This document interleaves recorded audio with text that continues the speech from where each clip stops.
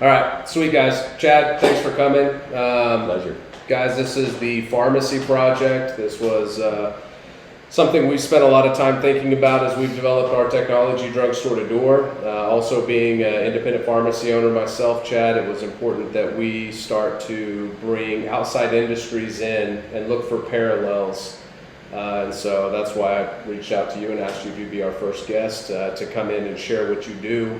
I think it's very unique, and I'm not going to steal your thunder, so I'll let you open up with what you do. But obviously, I'm an independent pharmacy owner myself, super interested in finding ways to enhance my business, looking outside of the pharmacy industry so I can bring those things back into my business. So AJ Asgary, CEO of Drugstore to Door, pharmacist and multi-pharmacy owner. I've also got Phil here. I'll let him introduce himself. Yeah, thanks AJ. My name is Phil Glauc. I am Director of Marketing here with Drugstore to Door. I've been with the company since pretty much its inception. Been an independent pharmacy and marketing for about the past 15 years, so it's kind of a perfect marriage of what I was built to do. So I'm happy to be on the podcast. Awesome. And Chad, if you'll introduce yourself and then we'll get in. I've got a few questions here, but I'd like to keep it conversational style. Sure. And you kind of fill us in with some of your wonderful knowledge. Absolutely. Well, first of all, appreciate the invite, and I kind of feel, having known you, AJ, for a while through Entrepreneurs Organization Oklahoma City, and having met Phil when you guys were really just kind of launching the new platform, I think. So it's really cool to see the progress that's been made, and really excited to have a casual conversation with you guys today. A little bit about me, I'm 34 years old. My primary business is Accelerated Dealer Services, ADS, and I'm the founder and CEO. It's been a 13-year journey, and I do a lot of other things, as you know, AJ, and I think like most business owners, most of what you do just doesn't work, it fails. So I think I've always enjoyed the entrepreneurial spirit of, you're just a little bit of massive action and a couple of the right chess pieces away from a ready-made business. So really cool to see what you guys are doing at Drugstore to Door, and I think it serves a big need that a lot of people probably don't know exists. Like a lot of other industries, you've got 4 or 5 major players that dominate, and then you've got everybody else trying to fight for that little bit of market share. And from what we do at ADS, a parallel that seems pretty similar is that, consumers want an experience, right? They want convenience. And I think what I know about Drugstore to Door and your mission and vision, you're kind of helping to bridge that gap for the independents all across the country to have the buying power that the big guys do, but not without sacrificing the convenience, the quality of service, and some of the other things that independent pharmacies might not be able to offer consumers themselves. So. Right, yeah. Thanks for that.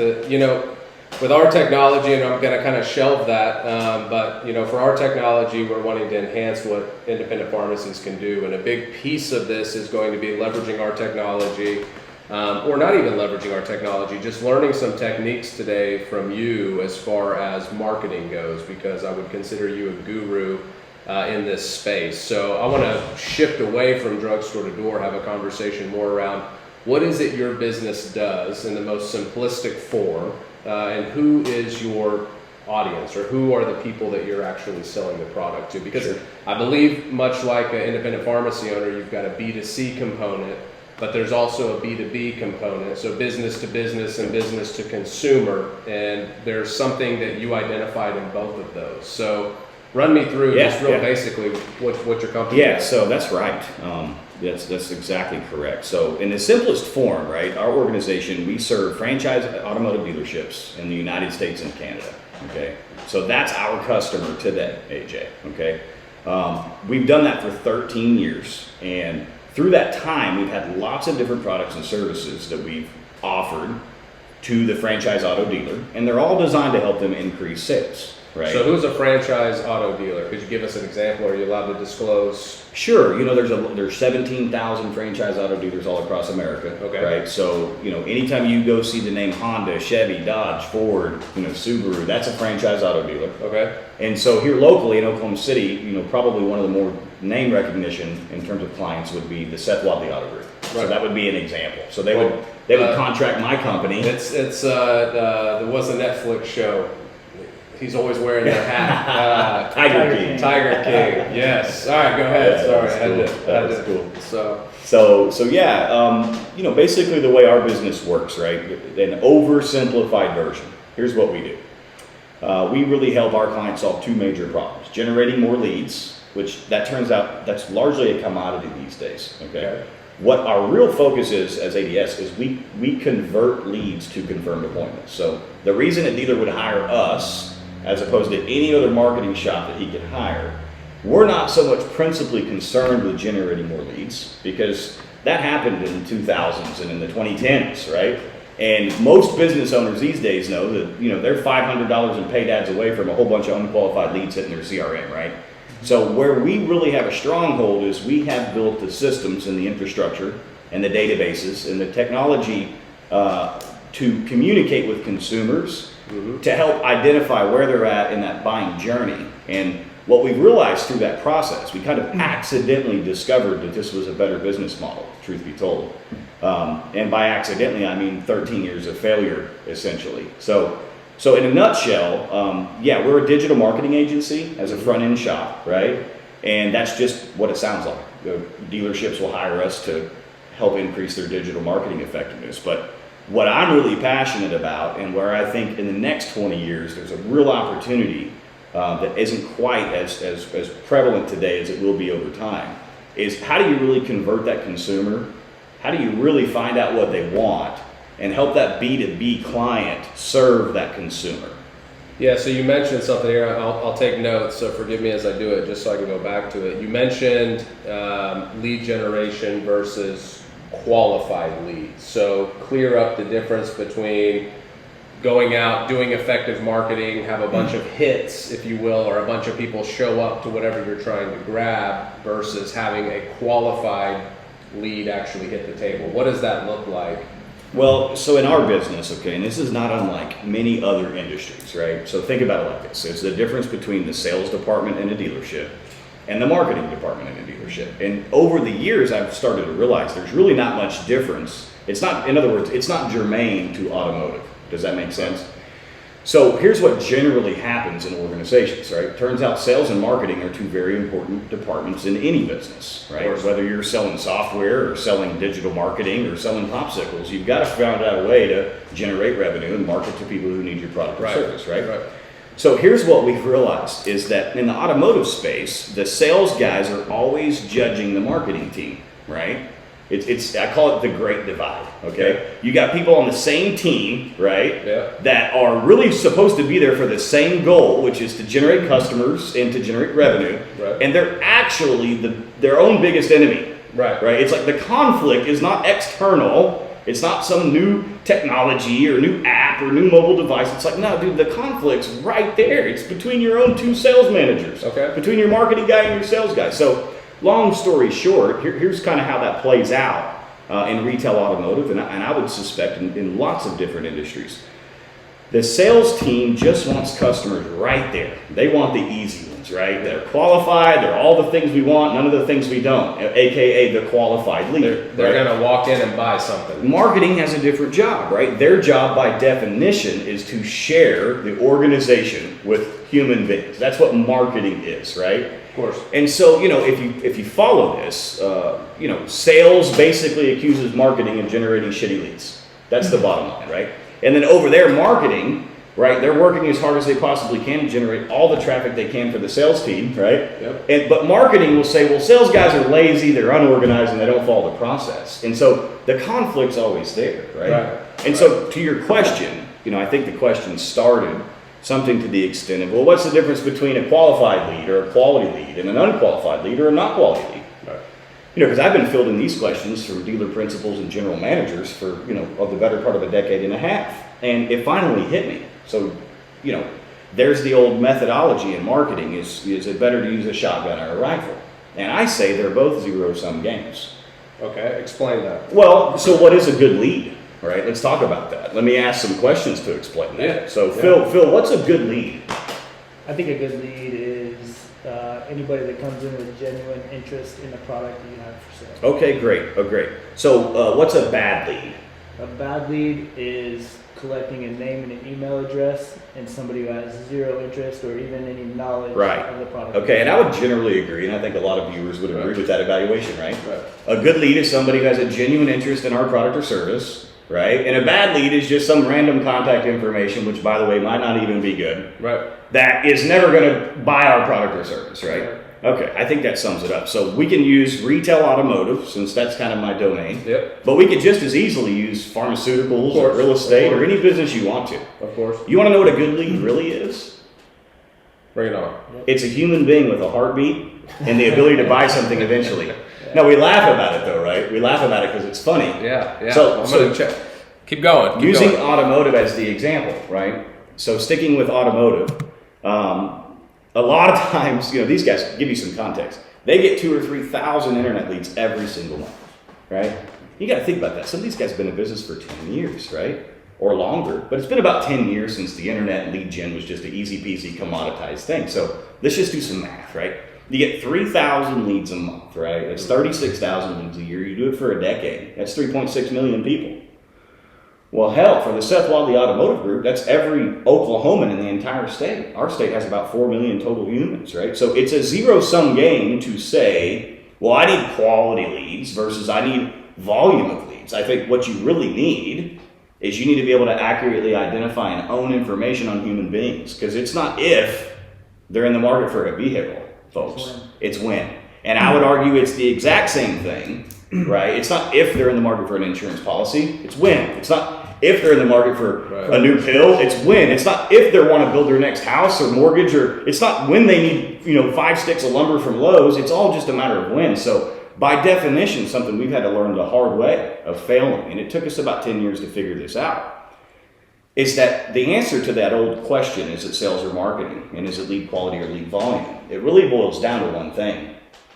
How many human beings can we reach out and communicate with? And I think that's not as trendy of a discussion as I think it will be in the coming years with the way the advancements in technology and machine learning and AI and things of this nature. I mean, to me, you brought a great point up. So now it becomes a question of the sure will of a small business owner to continue to have touch points with customers, all customers, and play with the marketing message. So not if, but when that consumer is ready for something, all consumers will ingest at some point, whether it's medications or purchasing a car or some need that's out there. It's a matter of being consistent. So, because I think we live in an instant gratification society, right? We want to do one piece of marketing content. We want every human on planet Earth to walk through the door and spend all of their money. And buy it all right now. Buy it all. And by the way, what's my ROI? Yes. Yeah. And give me my ROI. Sure, Because I want to sure. show that I've made this happen inside of 30 days. Yeah. And we are talking about manipulating human nature, which none of us can do. We need to play to human nature, which is communicate, be consistent with your message, your offering, right? That way, when a consumer does need you and you hit them at the right time with the right piece of content or the right grab, then that what would not be qualified as a lead becomes qualified. Sure. Am I saying? I think, another way of putting it, I think, is, at least in my opinion, right? Marketing is the much more sexy of the two jobs, by the way, right? Like, you go around a cocktail social, you don't really want to tell people you're a car salesman. You'll get some funny looks, right? Yeah. But you tell people you're a marketing director, well, all of a sudden, it's a little bit Phil trendy. uses that card all the time. Every day. Right? So marketing is kind of a little bit more complex. The way I look at it is it's half art and half science, right? And it's this real creative process. Sales, really, the most effective salespeople I've ever met in my entire life, it's really just a game of persistence. If you really think about it, right? The very best salespeople, they do one thing better than any other salesperson on the planet. They just don't stop. Right. Right. So I think the new age of marketing is allowing a small business to adopt the understanding. The most important thing, and I don't care what the financial statement says, right? The balance sheet or whatever. You can evaluate a business by any number of different metrics. I think there's one that's not in the generally accepted accounting principles that should be, and it's how much data do you own, right? Because if you own the data, it is super simple today in 2021 to make a machine 10 times more persistent than any other human can possibly be. So let's tackle this point, and I know it's going to stir Phil up here a little bit, because in our industry, we have a bunch of small business owners who have done a phenomenal job taking care of customers in their communities, and they've got a ton of contact points. So something that I'm going to pull back in this conversation will be the door that opened for independent pharmacy to provide COVID vaccinations. So all of a sudden you have people who were for a period of time and still seeking a vaccination, looking for any place they could possibly get it. So these small business owners are actually receiving inbound new customers or new leads, people who do not actively shop with them today or actively buy prescriptions with them today. They're rolling through the door right now. And unfortunately, my time spent in this industry and working with pharmacies across the nation, I found that they don't tend to do a great job, or I can throw myself in that category. It wasn't long ago I made some big changes, but we don't do a great job capitalizing on that. And so what happens after you get that customer? What happens after they use you once? What's the follow-up? What's the follow-up after that? What do we do to continue to get them, right? So I know, Phil, you probably have some questions around this too, because we talk a lot around building funnels and creating journeys and using automation, so feel free to chime in here.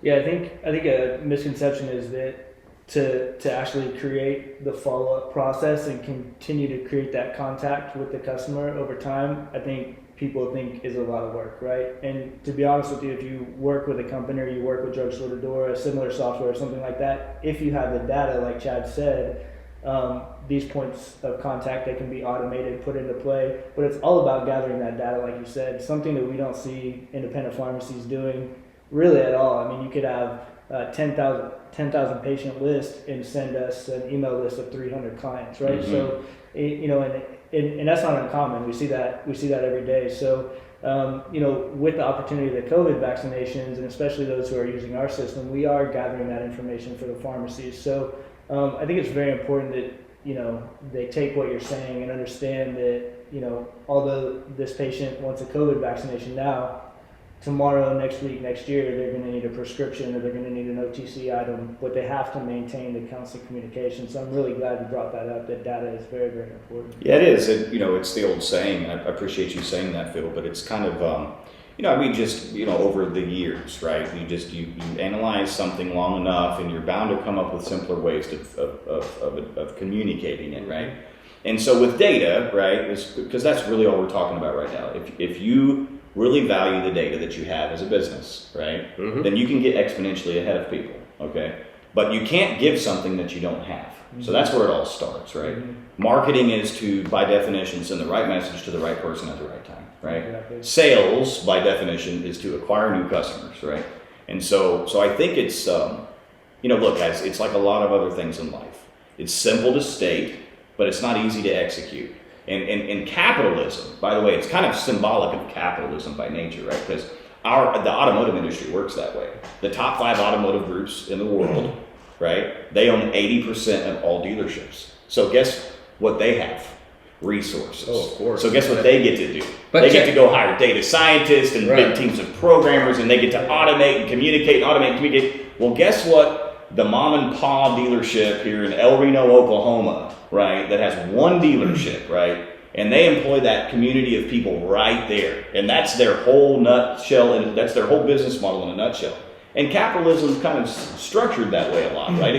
It's almost designed by nature for the rich to keep getting richer, but there's some really great advancements happening that I think that pendulum will begin to swing, but it'll only swing for those who can really recognize these things as fact and who can start implementing processes and systems that they can get the fruits of that labor, before their competition catches up. Man, I think you brought up a great point there, because it's not dissimilar to independent pharmacy industry. I mean, we've got big players in this industry that have the resources. They're publicly traded companies, and they're doing things, and I know with most small businesses, they always pride themselves on the level of service.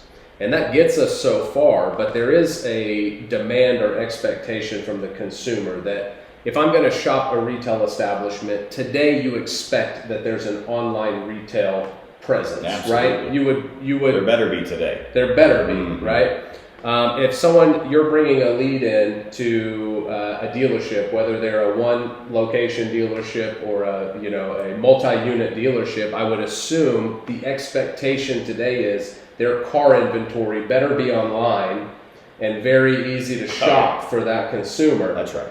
So there are things we have to do in addition to reaching out consistently, messaging consistently, learning our consumers, utilizing the data or utilizing the patient base or the customer base or whatever it is, and make sure when they do show up, they don't hit a brick wall, right? So, and I don't know, do you run into that as you're helping smaller dealerships where you're going, crap, I can get them here, but you don't have a digital presence that is going to speak to them. They're going to show up and think these guys can't do what the other guys can do, or they're going to feel you're subpar because of X, Y, or Z. Sure. Do you run into any of that stuff? Yeah, so the thing a lot of people don't understand about the retail automotive industry, you got to think about it. It's kind of a, who would you trust more, a car dealer or an attorney? Right, and you'd have to really think about that for a minute, right? But the reality is these industries, attorneys, right, and auto dealers, right, they earn their own reputation, right? They could have just as easily been thought of as doctors or pharmacists, right? But nevertheless, they've earned this reputation, and one thing that people don't really realize about the retail automotive industry, they're so caught up in their minds that think about it like the story your parents probably told you when you were a kid, right? Little Red Robin Hood, and then there's the Big Bad Wolf. And so a lot of consumers just associate retail auto dealerships as the Big Bad Wolf, and they associate themselves, the consumer, as Little Red Robin Hood. And what they don't really understand about the retail automotive operation is actually very innovative, right? It represents almost 7% of all GDP. So our economy actually depends on that engine running well, right? But what they don't see behind the scenes is there's a lot of really good men and women who show up every day and work hard and value their word and value customer experience and go out of their way to do things to make sure that they really are over-delivering for the consumer. So there's an old stigma that's there, but they're pretty innovative, AJ. Like these retail auto stores, it's not uncommon for them to spend a couple $100,000 a month on advertising. Oh. And they were doing some of the things, 5 years before or even 10 years before. So I'm curious there because I think that'll come up. And with our brilliant technology, I'm going to put this on you, Phil. Are we awake still over here? Yeah, we're awake. The camera's still on. Mm-hmm. Camera's still rolling? All right.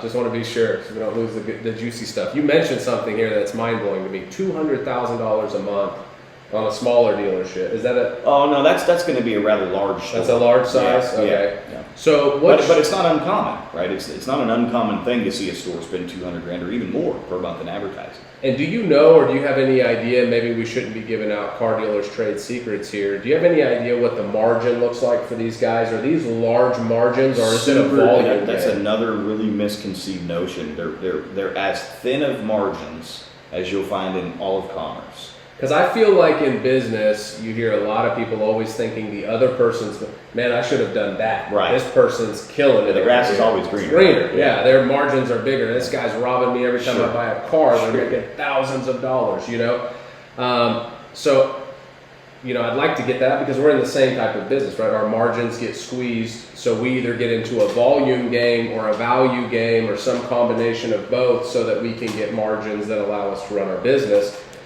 And we get real nervous because you can't measure a real clean ROI. So we're constantly like touching or dabbling in something and then immediately retracting it back in, and we never give it time to flourish. That's right.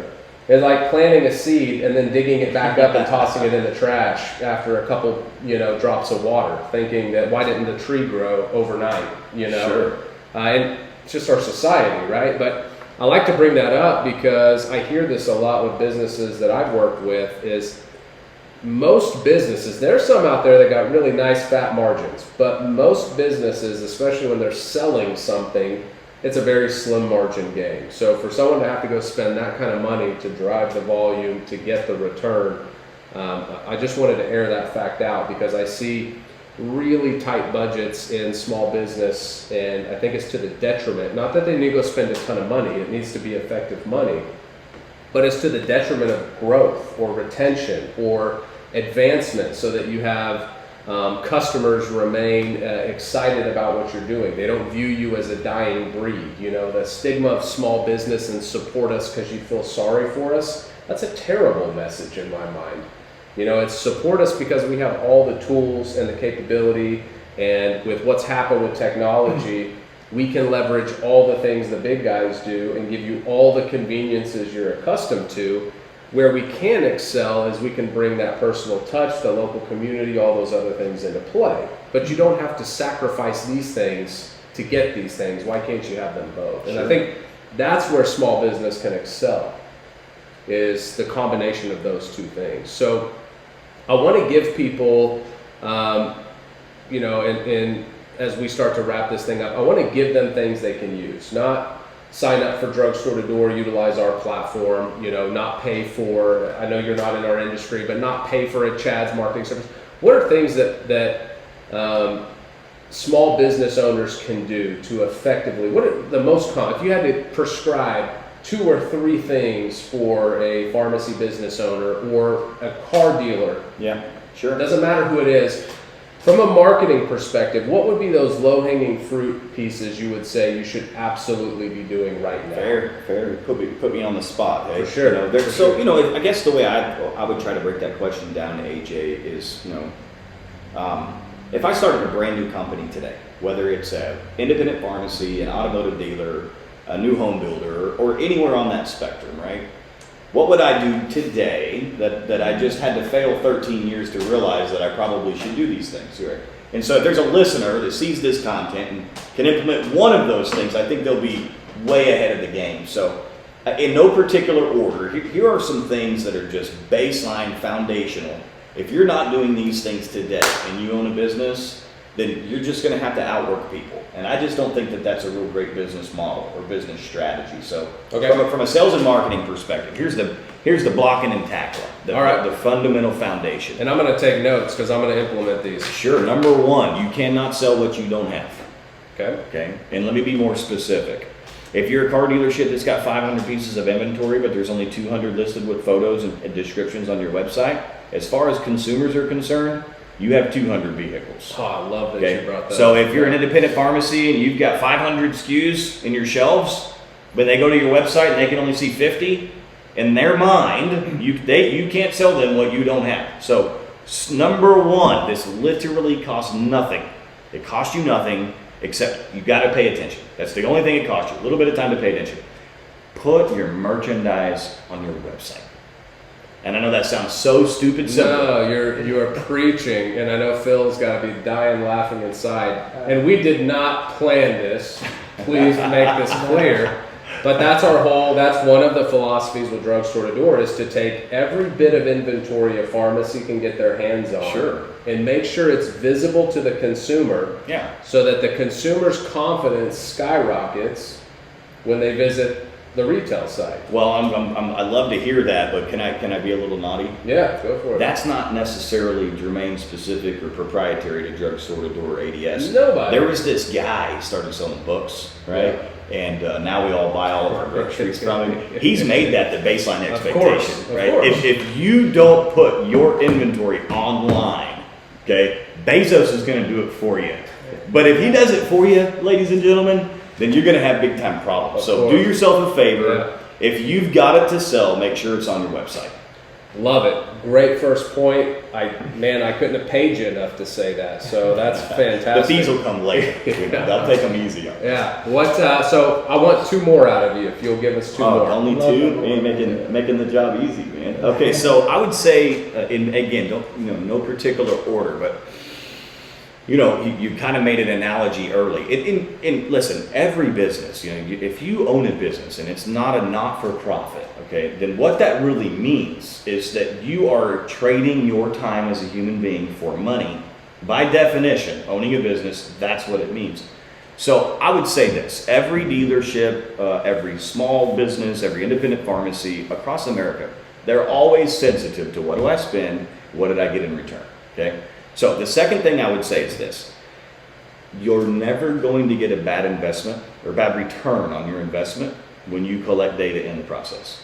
So I would advise anybody listening, whether you're a dealership or an independent pharmacy, whatever you're doing for marketing, okay, make sure that you can measure how many more people can you have a two-way communication with. Because if you don't know that, then you're always going to be digging up the plant 5 days before it sprouts. Right. So it's the old saying, you can either pay the price of discipline or you can pay the price of regret later. And the only way I know how to get ahead of that is make sure that everything you do to market your business, even if you can't measure immediate return, you should absolutely be able to immediately measure how many new people am I able to communicate with. And if you can't, AJ, or anybody listen, then fire those assholes and hire somebody else. So another fantastic point, because we talk a lot about touch points, the necessity for touch points on customers, whether that be a cell phone number, an email address, a Facebook account, whatever it might be where you've got a touch point with a customer, is very valuable for the business owner, because now, what we talked about earlier, that continual communication, you have multiple channels now to deliver that communication to those consumers, so you catch them when they are ready to give you their money. That's right. So another great point, and I think this is probably where, when Phil and I are working on some of the marketing initiatives and building funnels out on our side, we think a lot about that. It's not, we talk a lot about traffic first, transaction second. We're more concerned we are more concerned with how do we get more touch points and how do we get consumers in this thing that's in automation so that we can continue to deliver value to them through the pharmacy. Again, remember, we are supporting the pharmacies in our business. Yeah, it's gold. So that's gold. Beautiful. Two great points. Anything to add to his second point? No, I just can't wait to hear the third, honestly. Yeah, so I guess that, we talked about you can't sell what you don't have, right? And we talked about how it's really important to acquire data, right? Yep. But so the third point is this, in I don't know necessarily know how to deliver this in a way that it sounds good, but let me go on a brief. I think context is important, right? So listen, this is 2021, right? Like the internet's been invented, right? Yeah, it's been around for a little bit. Google is Google. It's been defined, right? Facebook's Facebook, Instagram's Instagram, TikTok. You got WhatsApp, you got Messenger, you got SMS, you got all these things, right? So here's the reality, AJ, is that the only thing that really matters, the only way you can compete, particularly if you're not one of the main players in a space, you've got to deliver a better experience to the customer. So my third bit of advice, as backwards as it might sound, if you're trying to run a sales and marketing organization, if you could put what your business needs in the back of the seat and just think about, what does this customer need? Mm-hmm. And how might we be able to better communicate that, hey, we know what you need and we'd love to be the person that gives it to you. As simple as that sounds, I think you'd be amazed at how much more effective that is than trying to serve the need of a business, which is clearly to make more money. Yeah, so how do you identify, so you've laid out a couple things so far, and I want to make sure that people, again, they don't have to hire us, don't have to hire you. They can take this on themselves if they choose to take this on themselves, but they need to collect more data points so they can communicate with customers. They need to make sure that whatever it is they can sell, that services included, exists somewhere online so that a customer can see the full catalog of those items. That is a little tougher thing to tackle. The first one's very doable for anybody without bringing anybody else on. And then the third one you're stating here is understanding the customer's need. Yeah, it's in other words, it's not about you, it's about the consumer. So let me give something maybe more practical that somebody could implement. Okay. Right? So in other words, a lot of businesses want to focus how many leads they got, right? And I don't really care how many leads I've got.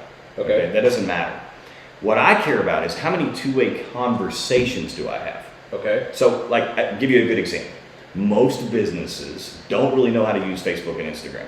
Like they just fundamentally don't know how to use that. Or they use a third-party service that puts up cute puppy dog pictures And the same queue as everybody else and doesn't get them anyway two-way conversations, but reports on metrics that do not matter, like reach and impressions and shares and likes and comments, right? So for any listener out there who's like, oh my God, I don't know nothing about all this, but I'm here to make money, right? Let me make it real simple. Generate more messenger conversations, right? And listen, I'm trying to tell you, I don't know much about the pharmacy industry, okay, but the retail automotive industry is about as hard of a cookie to crack because the old Robin Hood analogy, right? Mm-hmm. I can tell you for a fact, when you create a two-way conversation with the consumer, you flat out sell more of those people than when you take them through a binary, submit my lead and let me have my sales guy call you. Yep. Because it's 2021, so it doesn't matter if it's WhatsApp or Messenger or SMS. Those are a few of the really easy ones that anybody can go do these days. Right. They don't need Chad Brooks or they don't need AJ or drugstore to door ADS. So what I'm really saying is when I say put your needs behind what customers want, I'm saying the best and most effective way to do that without having to be IBM is just create more two-way conversations.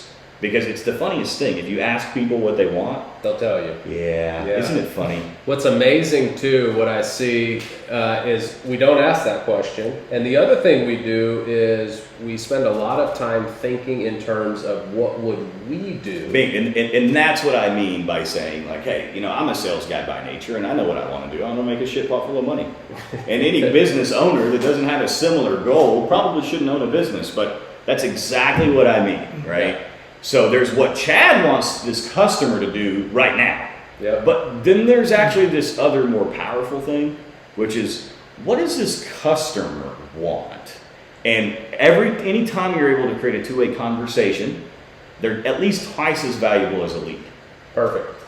And can those two-way communications be botted or automated? Oh, sure. Yeah, there's a ton of. So anybody out there, there's a company called Chat Fuel, right? It's which maybe there's a resource section or something that I wasn't necessarily prepared for this, AJ. But I got a long list of really low-cost tools that are not proprietary. There's no secret. By the way, I don't believe in secrets. I believe there's assholes who keep secrets, and then there's people who share secrets that help other people. But that's a whole nother point. So yeah, there's an app out there called Chat Fuel. Okay, and they're a major player in Messenger. And any business can buy their subscription. It's $15 a month. Mm-hmm. You can go in and customize your workflow rules and your automation and stuff, and you can start having two-way conversations right now for $15 a month. And put that app on your website, right?